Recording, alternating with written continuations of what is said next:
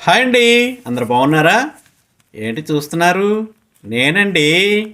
ఎక్కడో నన్ను చూసిన గుర్తుంది కదా.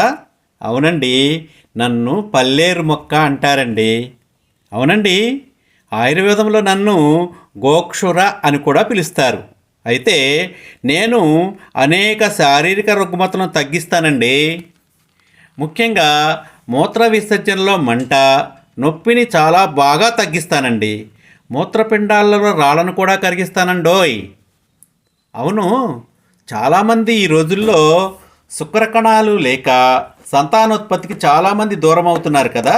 కాబట్టి నన్ను సేవించినట్లయితే, నన్ను కషాయంగా కానీ పాలల్లో కలిపి కానీ తీసుకున్నట్లయితే శుక్రకణాల అభివృద్ధిని బాగా పెంచి సంతానలేమిని లేకుండా చేస్తానండి. సంతానాన్ని అభివృద్ధి చెందటానికి కూడా నేను ఉపయోగపడతానన్నమాట. మరి నన్ను ఎలా వాడాలో తెలుసా?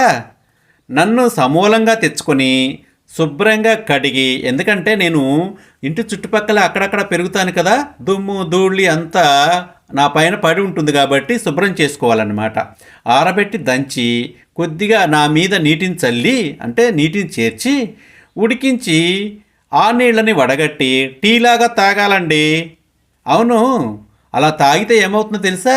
ఇంతకుముందు నేను సమస్యలు చెప్పాను కదా, వాటన్నిటి నుండి ఉపశమనం పొందొచ్చండి. నన్ను తాగడం వలన జలుబు, గుండెలో మంట, గుండె దడ, ఆయాసం కూడా తగ్గుతుందండి.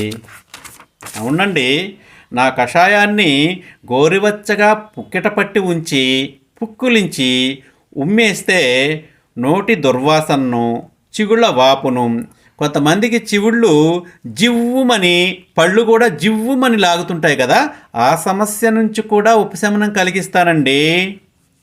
అవును, నా కాయలు తీసుకొచ్చి ఎండబెట్టి, అవును మర్చిపోయానండోయ్, నా కాయలు తెంపేటప్పుడు చాలా చాలా జాగ్రత్తగా ఉండాలండోయ్. ఎందుకంటే నన్ను నేను పశుపక్షాదుల నుండి రక్షించుకోవడానికి నా కాయలకు ముళ్ళును కలిగి ఉంటానండి. మరి అవే కదా నాకు రక్షణ. లేకపోతే నా కాయలతోటి నేను సంతానోత్పత్తి చేసుకొని నేను మీకు ఉపయోగపడే విధంగా చాలా మొక్కల్ని పెంచాలి కదా, చాలా మొక్కల్ని తయారు చేయాలి కదా. కాబట్టి నేను రక్షించుకోవడం కోసం నా కాయలకు షార్ప్గా ఉండే ముళ్ళను దేవుడు పుట్టించాడనమాట. కాబట్టి చాలా జాగ్రత్తగా తెంపాలి. జాగ్రత్త అండోయ్, నన్ను తిట్టుకోకండి గుచ్చుకున్నానని, కానీ చాలా మేలు చేసేదాన్నండి మీకు. కాబట్టి ఆ మాత్రం కష్టపడాలండి. నన్ను ఎండబెట్టి చూర్ణం చేసి నిల్వ చేసుకుని పడుకునే ముందు గోరువెచ్చని పాలతో సేవించాలండి. అదిగో చూసారా, ఇతను చేస్తున్నాడు కదా, గోరువెచ్చని పాలతో ఎలా తాగుతున్నాడో చూసారా? అలా తాగాలన్నమాట. మేకపాలతో కూడా తాగొచ్చండోయ్. మన ఇంటి చుట్టుపక్కల ఇలాంటి ఔషధ మొక్కలు చాలానే ఉన్నాయండి.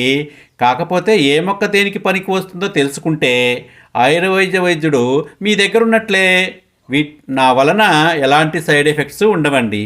ప్రకృతి సిద్ధంగా లభించే నాలాంటి మొక్కలను గుర్తించి వాడుకుంటేనే మీరు కూడా సేఫ్గా ఉంటారనమాట. ఇంగ్లీష్ మందుల జోలికి వెళ్ళకండి, ఆయుర్వేద మొక్కలను వాడండి. ఉంటానండి. మరి ఇంకొక మొక్క గురించి తర్వాత చెప్తానండి.